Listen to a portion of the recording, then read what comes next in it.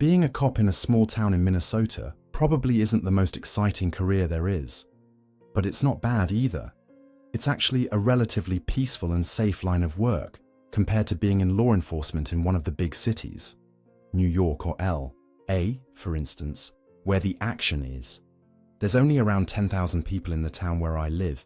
It's way out in the middle of nowhere, surrounded by miles of open farmland, and the only real crime that ever occurs is pretty minor stuff. The occasional rowdy rednecks getting into a fistfight at one of the 3 bars downtown. Teenage vandals, petty theft, the odd drunk driver, a case of disorderly conduct here and there, the rare breaking and entering, that sort of thing.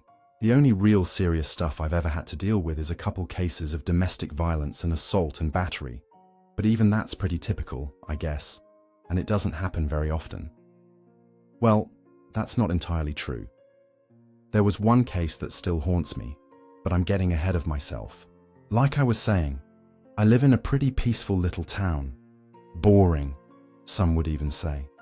The kind of rural, out-of-the-way, hick farming community you've probably driven through on the highway yourself, on the way to someplace more interesting, without as much as a second thought or a glance back. The kind of place where nothing out of the ordinary ever happens, you've probably thought. And for the most part, you'd be right. But there's one case I can't get out of my mind. One case that still makes my blood run cold whenever I think about it. One case I can't explain no matter how much I try to rationalize it to myself. What happened to the old Garrity woman 7 years ago? I'd been a police officer for 5 years when it happened in the early spring of 14. There were only 5 cops on the entire town police force. Me, my partner Jerry, Pete and Vance, who both worked the night patrol, and the police chief. Plus Karen, an older woman who was a retired librarian and worked part-time as the dispatcher.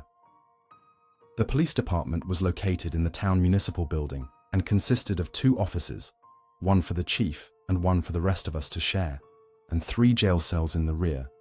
And the 3 of them were never all occupied at the same time. It was an overcast, rainy afternoon in late March/early April. Me and Jerry were in our cruiser on a routine patrol around town when Karen's voice came over the radio telling us there was a possible 1082 in progress at the Garrity house on Turner Road. For those of you who aren't in the know, a 1082 is police code for a burglary. We acknowledged, then changed directions, heading for the Garrity home. I wasn't unduly concerned about the call.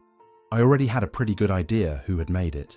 Eileen Garrity was an elderly widow who lived in a rundown farmhouse on the outskirts of town. She was probably around 65 or 70 years old and had lived alone since her husband had died of a stroke 3 years before. They had 2 adult children, but they both lived out of town and never visited her. Since her husband's death, she had developed something of a reputation for being eccentric, to put it nicely, or crazy, to put it not so nicely. She was a shut-in who rarely left her home and had her groceries delivered once a week. Basically, a crazy cat lady, minus the cats. The reason she was considered crazy was because she had become pretty flaky and paranoid since being widowed and had called the police department on multiple occasions for everything from hearing intruders moving around in her attic to seeing UFOs in her cornfield. There were probably at least a dozen others too. All her calls turned out to be false alarms, of course. The burglars she claimed were hiding in her attic turned out to be a pair of raccoons that had slipped in under the roof, and the UFOs were probably just jets flying overhead from the National Guard base 50 miles west. Me and Jerry and Pete and Vance had all visited her home before during our respective shifts.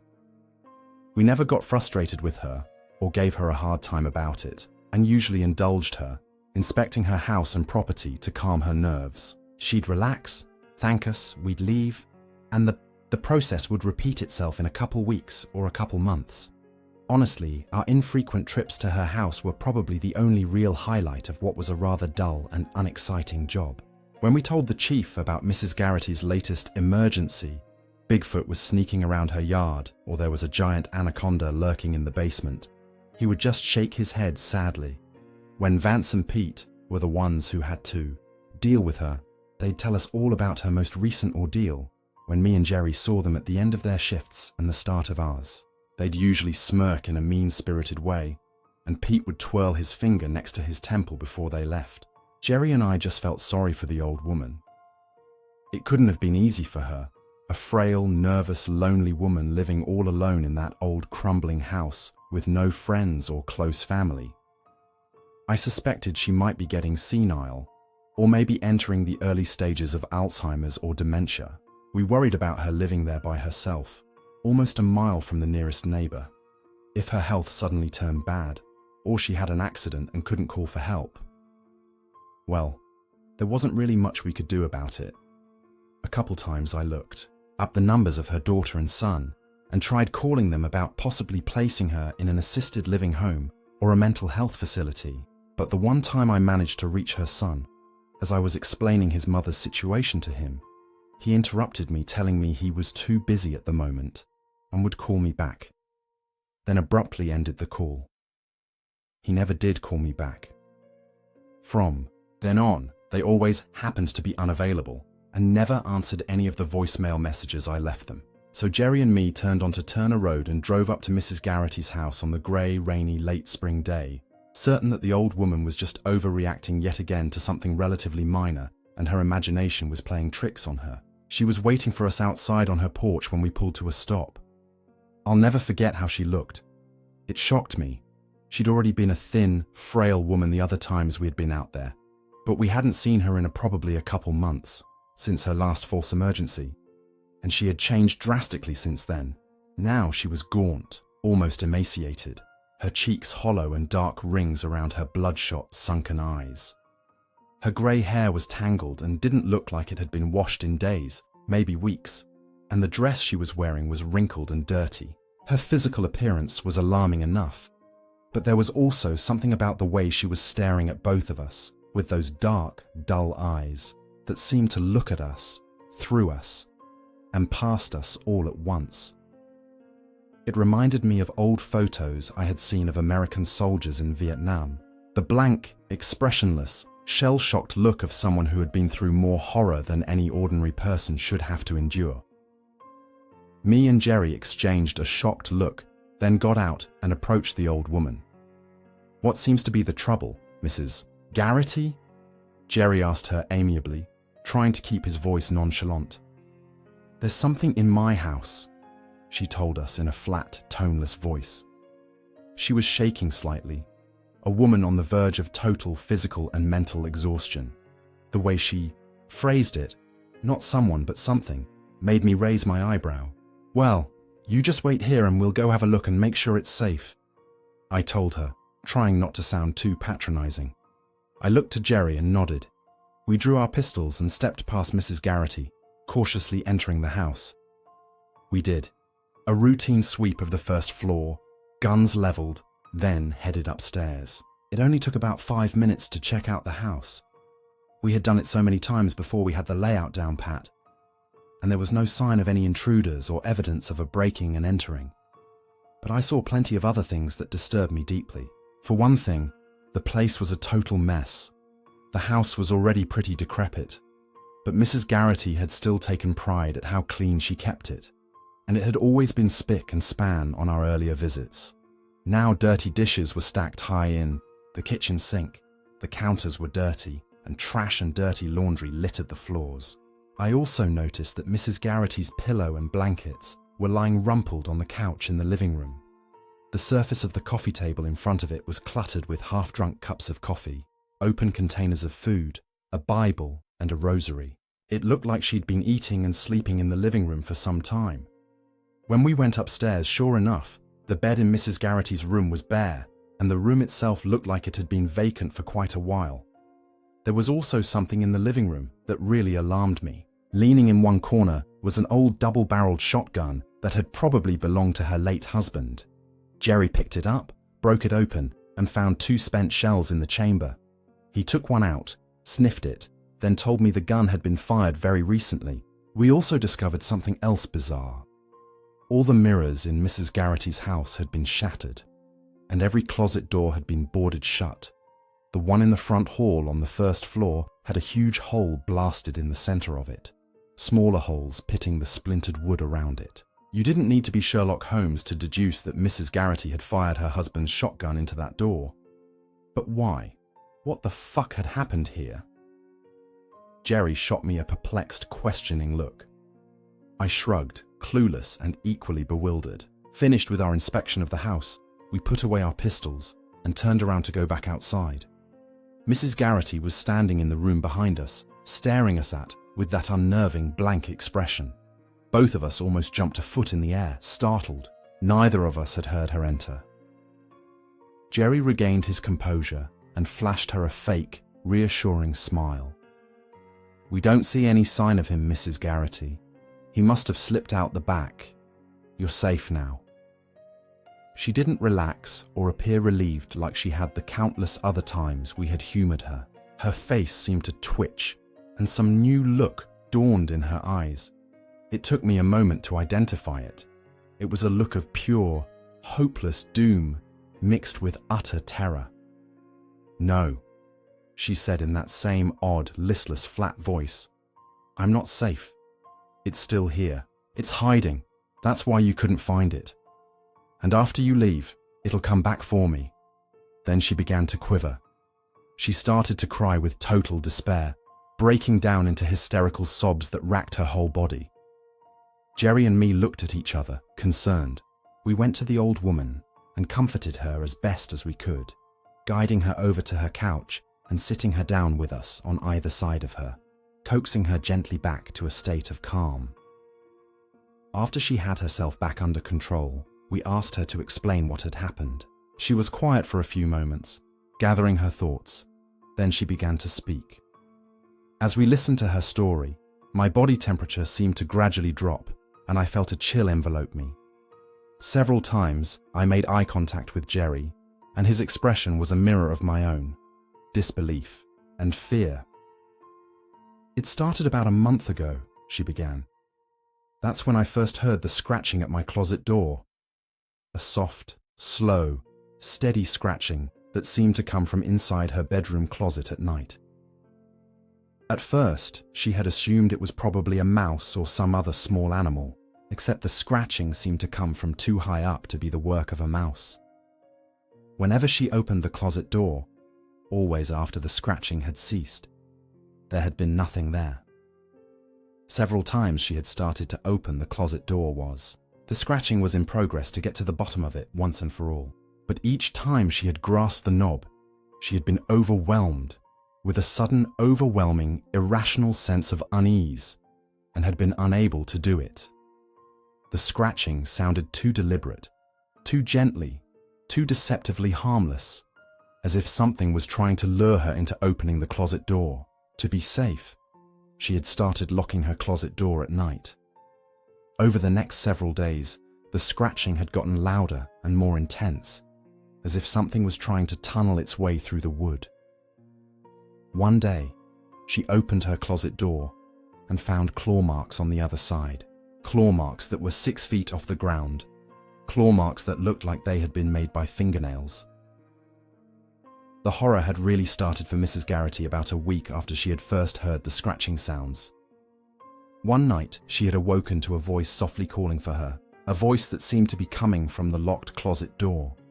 She was bewildered, even more so because she recognized that voice. It belonged to Bill, her dead husband. Bill's voice had pleaded for her to open the closet door, telling her that God had sent him down to take her up to heaven where they could be together again and young like they had used to be forever. At this point, Jerry had looked at me, wide-eyed, from the other side of the couch. "Then what happened?" I prodded her gently. "I thought I was dreaming," Mrs. Garrity said. "I thought it had to be a dream. Poor Bill had been gone for 3 years, and since I was having a dream, I didn't see no harm in doing what he was asking me to. I got out of bed and went to the closet. I reached for the lock, but then I stopped. Something didn't seem right. It was Bill's voice, and it seemed perfectly normal, but somehow it was wrong too. The way he was talking, it wasn't like how Bill used to talk. It was like a stranger was using Bill's voice, trying to trick me into opening that closet door. That doesn't make much sense, does it? Actually, nothing she was telling us made sense, but we just asked her to continue telling her story. Bill, or whoever or whatever was using his voice, had continued to beg her to unlock the closet. When she had refused, the voice had changed, becoming harsh and belligerent. It had angrily demanded she open the door, and when she had still refused, it had begun to shout at her, using profanity and making obscene threats. Things Bill never would have said to me while he was alive, before beginning to pound violently on the door. The voice had begun to change, no longer sounding like her late husband's. It had become deeper and distorted until it didn't sound human. In terror, she had fled her bedroom and spent the night on the couch downstairs. Eventually, the pounding and the threats had stopped. "Mrs. Garrity," Jerry politely interrupted her at this point.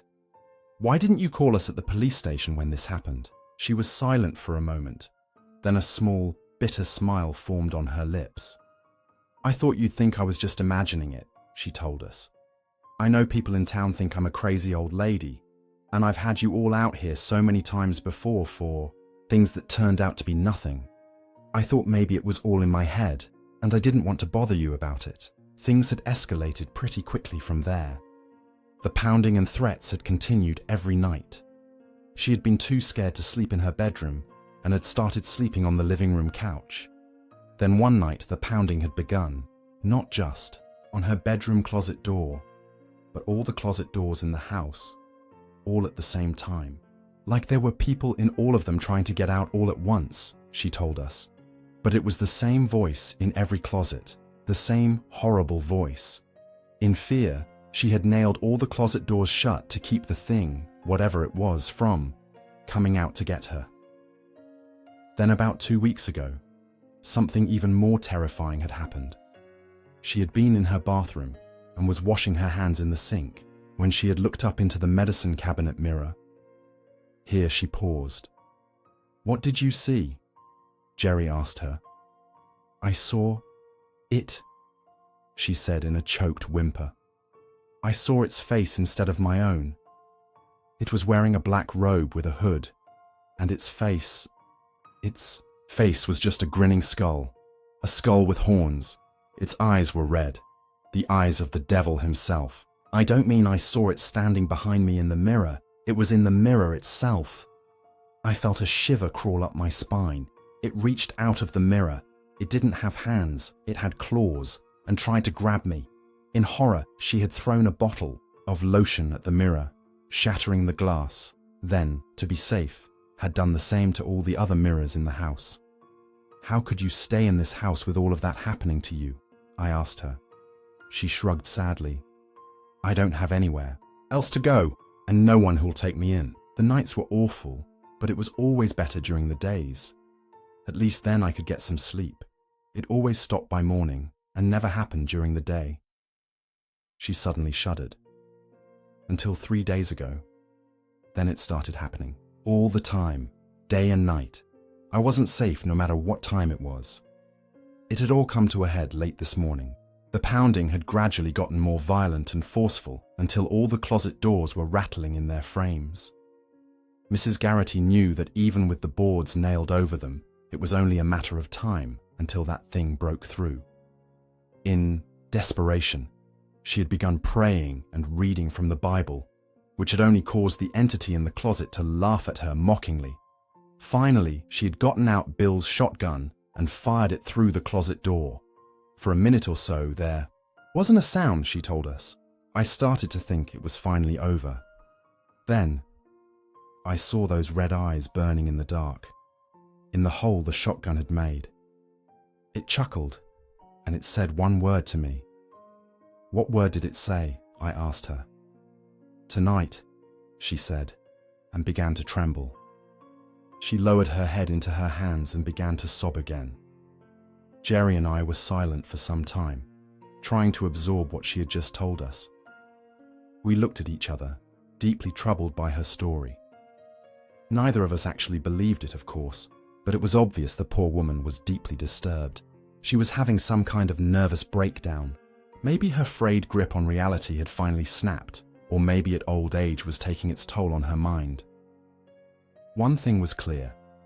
It wasn't safe for her to be alone anymore, especially not here. It was not healthy for her.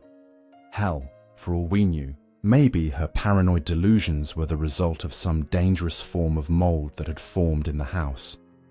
Jerry and excused ourselves for a moment, then stepped outside to talk in private. We both agreed she needed help. She needed to be institutionalized, but for now, it was best she stay somewhere else. We went back in and told Mrs. Garrity she was coming with us. She was going to spend the night in a motel room in town. And tomorrow, Jerry added, we were going to find a priest who would come and exorcise the evil spirit that had been bothering her, getting rid of it once and for all. She broke down again, this time crying in relief, and hugged me and my partner, thanking us over and over again. We drove her to a cheap motel in town and checked her in. Her mental state already seemed to have improved in that short amount of time being away from that house. She smiled and told us she couldn't wait to finally get a night of decent sleep without having to worry about that thing banging on the doors. I think mostly she was just glad she wouldn't have to be afraid anymore of the entity she was convinced was lurking in her house. We both smiled at her and said goodbye, getting in the cruiser and driving away. Our smiles faded as soon as we pulled away from the motel. We both drove in grim silence.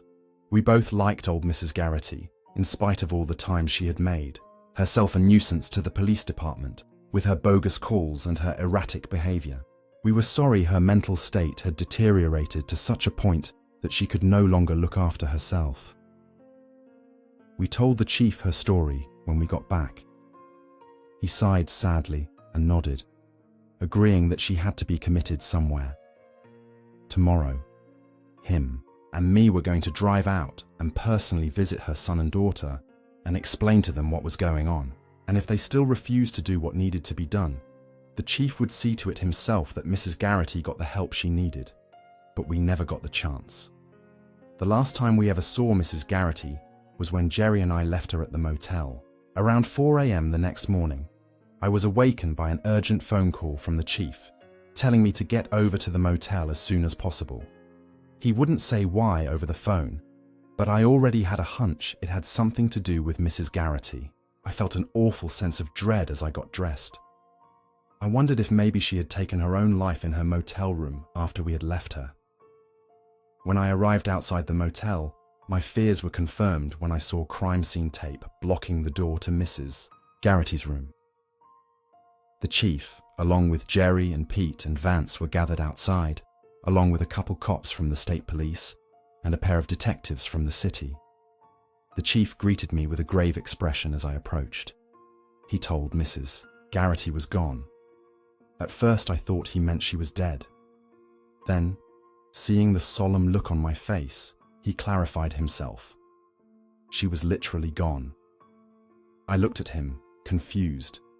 I saw something in his eyes I had never seen before. Something that caused a ripple of fear in my heart. The chief was scared.